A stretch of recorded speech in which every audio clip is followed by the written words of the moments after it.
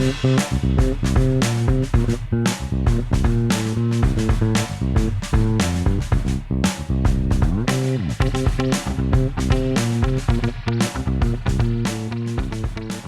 to Daily Variety, your daily dose of news and analysis for entertainment industry insiders. It's Thursday, September 25th, 2025. I'm your host, Cynthia Littleton. I am co-editor-in-chief of Variety alongside Ramin Satuda. I'm in LA, he's in New York, and Variety has reporters around the world covering the business of entertainment. In today's episode, we'll talk with senior media reporter Gene Maddaus about his investigative report on Los Angeles Film School. The private business is facing allegations of massive student loan fraud. And Variety's gaming chief, Jennifer Maas, gives us the scoop on Scopely. You may not have heard of the company, but you've likely played one of their mobile games. But before we get to that, here are a few headlines just in this morning that you need to know. The Jimmy Kimmel news doesn't stop. A shareholder group sent Disney a letter demanding information about the suspension of Kimmel. They want to know whether political pressure contributed to that decision. The Mouse House gets it from the left and right. Meanwhile, Jimmy Kimmel Live's return on Tuesday delivered some 6.3 million viewers. I had predicted 4 million on Tuesday morning.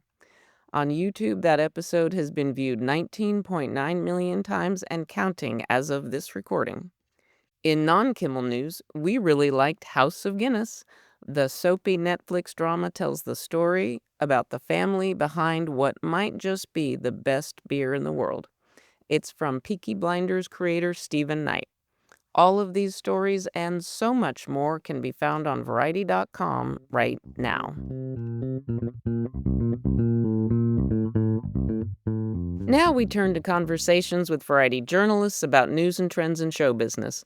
Gene Maddaus explains his story on the swirl of allegations surrounding Los Angeles Film School. It's not the first time this private education outfit has faced questions about its business practices. Gene Maddaus, thanks for joining me. Happy to do it. Gene, you filed a really detailed investigative story that you did a lot of digging in data and legal documents and all of the labor-intensive, brain power-intensive work that goes into investigative reporting. And there is a lot of stuff going on with Los Angeles Film School. First, I want you to tell me what sparked your interest in looking deeper into the Los Angeles Film School. It was probably about 2-3 weeks ago that I literally just stumbled on this lawsuit that had been filed initially under seal in 2024 and then unsealed a few months ago. And it, is a real bombshell lawsuit. You were just doing your legal filing beat checks where you just look at the list of what's been filed in a day. You're hunting for a needle in a haystack sometimes. There's a lot of panning for gold there, and usually, you don't find much of interest, but every once in a while it pays off. What are the basic facts here and the basic allegations? So the basic allegation is Los Angeles Film School has been taking federal money for student loans and grants through the GI Bill for its students for many years, and it has been maintaining its accreditation, which it needs to do to get that money. And in order to maintain its accreditation, it needs to show that those students are actually gainfully employed in the film industry. And that turns out to be a pretty difficult thing to do. It's one thing to educate people, train them about how the industry works. It's quite another for them to go out in the world and get jobs. And so the allegation is that they have been basically cooking the books and creating fake jobs for their own graduates to show their accreditors and prospective students that their employment rate is higher than it actually is. Dear listeners, the story on LA Film School, you can find it on Variety.com right now. Some of it gets pretty intricate, but what was shocking to me is the elaborateness of the alleged scheme that was going on here. The accusations that they paid companies to hire people for a couple of days so that they could report that they worked. The lawsuit uses the term fake jobs. So people would show up for 2 days, they'd sign a form saying, yes, I'm gainfully employed. They'd get a couple $100 or whatever for a couple of days work. And then that would be it. And then they can turn around and show their accreditors that, hey, look, our graduates are actually employed in the film industry, and isn't that great? That's the core of the allegation, that they would pay outside companies to come onto campus and do these productions for quote unquote graduates. They had it in writing. They had contractual agreements with these companies that you will hire our people, and in exchange we will pay you X amount of money. So obviously, if that's true, that would be fraudulent to claim that these are legit jobs when they're Right. actually fake. That's where this gets particularly dicey, is where it involves federal student loans. Can you unpack what was going on with the student loans and just what that adds to this whole case? So the Los Angeles Film School, according to this lawsuit, takes in about $80 million a year from the federal government, and that's about $60 million in student loans, and that's another 15, 17 million, something like that, in GI Bill, veterans education, which are grants. And in order to get that money, obviously you have to be a school in good standing with accreditation. The government doesn't want to just send student loan money to some fly-by-night operation. And so they are accredited, but the claim is that they've maintained that accreditation fraudulently by goosing their employment numbers. This is a civil lawsuit, but do you have a sense at this stage, is there the potential for full-blown criminal charges here? I wouldn't go that far necessarily. What we do know is that the Education Department has looked into at least some of this. In the period of 2017 to 2020, the Education Department did an audit where they looked at, is this school being candid about its job placement numbers or not? And there was a settlement. We don't understand everything about what happened with that, but we know that at least that the Education Department looked into some of this. But the claim in the lawsuit is that stuff was hidden from the Education Department at that time. It's styled as a whistleblower lawsuit from two former top executives at the school who allege that there was this scheme going on, that they were not fully candid with the Education Department, and that therefore the U.S. government was defrauded out of many, many millions of dollars under this scheme. And if they're successful, if they prevail, then they could get a cut of any recovery. And there have been other schools that have gone through something similar to this, the University of Phoenix being the example that comes to mind most prominently. But this is a thing in the for-profit education world where former employees, former executives will go file these lawsuits on behalf of the United States government. And if there is a recovery, then they get a piece of it as the whistleblower. The minute you involve federal dollars, the stakes just get so much higher. Well, the number that jumps out to me from the lawsuit is there is an agenda document internal to the school that is quoted that says that most graduates earn between $0 and $5,000 in their field of study. When we're talking about degrees that people are paying $40,000 for, $80,000 for, to end up with a job or no job that pays less than $5,000 at the end of the day, that tells the story in terms of the student experience. If you think about nursing schools or engineering schools, like the goal is to train people for a trade. And when all these other schools are accredited, they want to see that people who graduate from your school are actually working. Otherwise, it's not a successful school. Right. The accreditation agencies want to see the people who are succeeding in the field that they're studying for.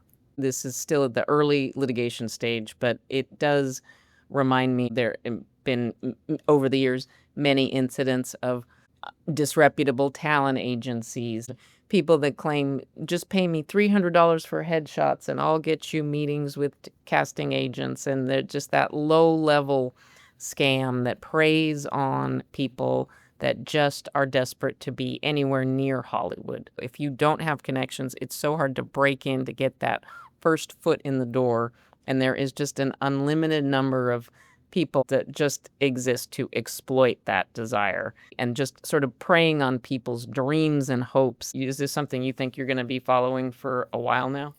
Yeah, absolutely. People have started to reach out a little bit in terms of their experience of the place and that kind of thing, and certainly welcome hearing from people, the good, the bad, and the ugly, about their experience there. That would be interesting to know about. Well, once again, it takes investigative reporters. Gene, thank you for being ours. Thank you.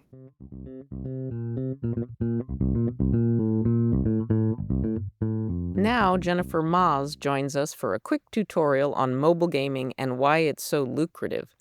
Jennifer is out here on the West Coast to take part in Variety's Entertainment and Technology Summit today, where she's interviewing executives from Scopely. Jennifer Maas, thank you for joining me. Thank you for flying across the country to be part of Variety's Enton Tech Conference today. Yes, excited to do it. One of the panels that you're going to do today is a conversation with Scopely, which is a mobile gaming company. Tell me what is unique about their position in gaming. They make some of the top mobile games. So you might not know them by name, but you've heard of Monopoly Go and you've heard of Pokemon Go. These are giant games because everyone plays them. If you don't play them, you know someone who does. They are the number one mobile gaming company in the US. They have a huge market share of the gaming industry in general because mobile gaming is so big. It's giant compared to consoles, compared to PC games, because everyone has a phone in their hands and everyone has the capability to be a mobile gamer, whereas there are barriers for PC and console. And so mobile has really opened up what a conversation is surrounding gamers. And Scopely is at the center of that because they're the biggest player right now. It's the top of the funnel, right? It is the thing that brings a lot of people and gets them familiar with gaming. What makes it so lucrative, and what are the capabilities that a company needs to really score in mobile? The money comes from many microtransactions. It comes from buying power ups. It comes from paying a little more so you can get somewhere faster in a game. You can advance in levels. There's some controversy surrounding the idea of pay to play, but in particular, Scopely works really hard and makes a message that that's not what they're trying to do. They've said, we want to make it you can get as far in this game without paying any money as you could with paying money. It just takes longer, kind of thing. But there are certain exclusive items that you can get in game if you buy them, and things like that that add into what the revenue is. Mobile games get updates constantly. There's new seasonal events, there's new tie-ins. Monopoly Go has had tons. They do a lot of stuff with Marvel. And so you bring in new characters that can play in the game and new accessories and things that you can add into a game to make it more exciting, more fun, and keep you always playing, because it's not like a console game where you sink 20 hours into it, you have a great time, but you've bought the game once, you played it through, and now you're done. Am I right in thinking that in a mobile game, you have to continually have some new bells and whistles, some new things to get people to pick it up again? Absolutely. Especially if you've been playing Monopoly Go for a year, what keeps you coming back all the time isn't playing the same game every day, it's new additions to the game. And I think that is what draws people in the first place. If you see that Star Wars characters are going to be coming up in Monopoly Go, you might jump in. You could have already been playing and that'll keep you there longer, but it could be something that brings a Star Wars fan in who hadn't played Monopoly Go before. Do you think that Scopely as a company is known in the industry? Are they becoming known because they are doing more of these licensing deals? For sure. And one thing that made them even bigger, it was the acquisition of Pokemon Go that came this past spring. They purchased that game, and I think we've all heard of Pokemon Go.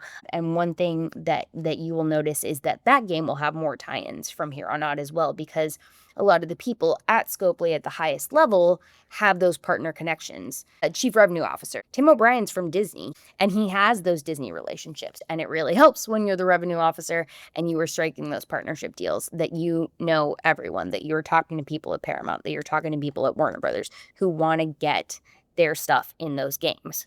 Where's the company based? Are they a couple hundred people, couple thousand?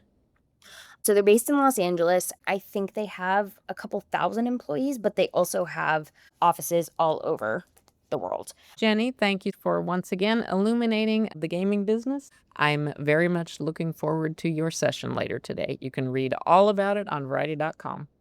Thanks, Cynthia.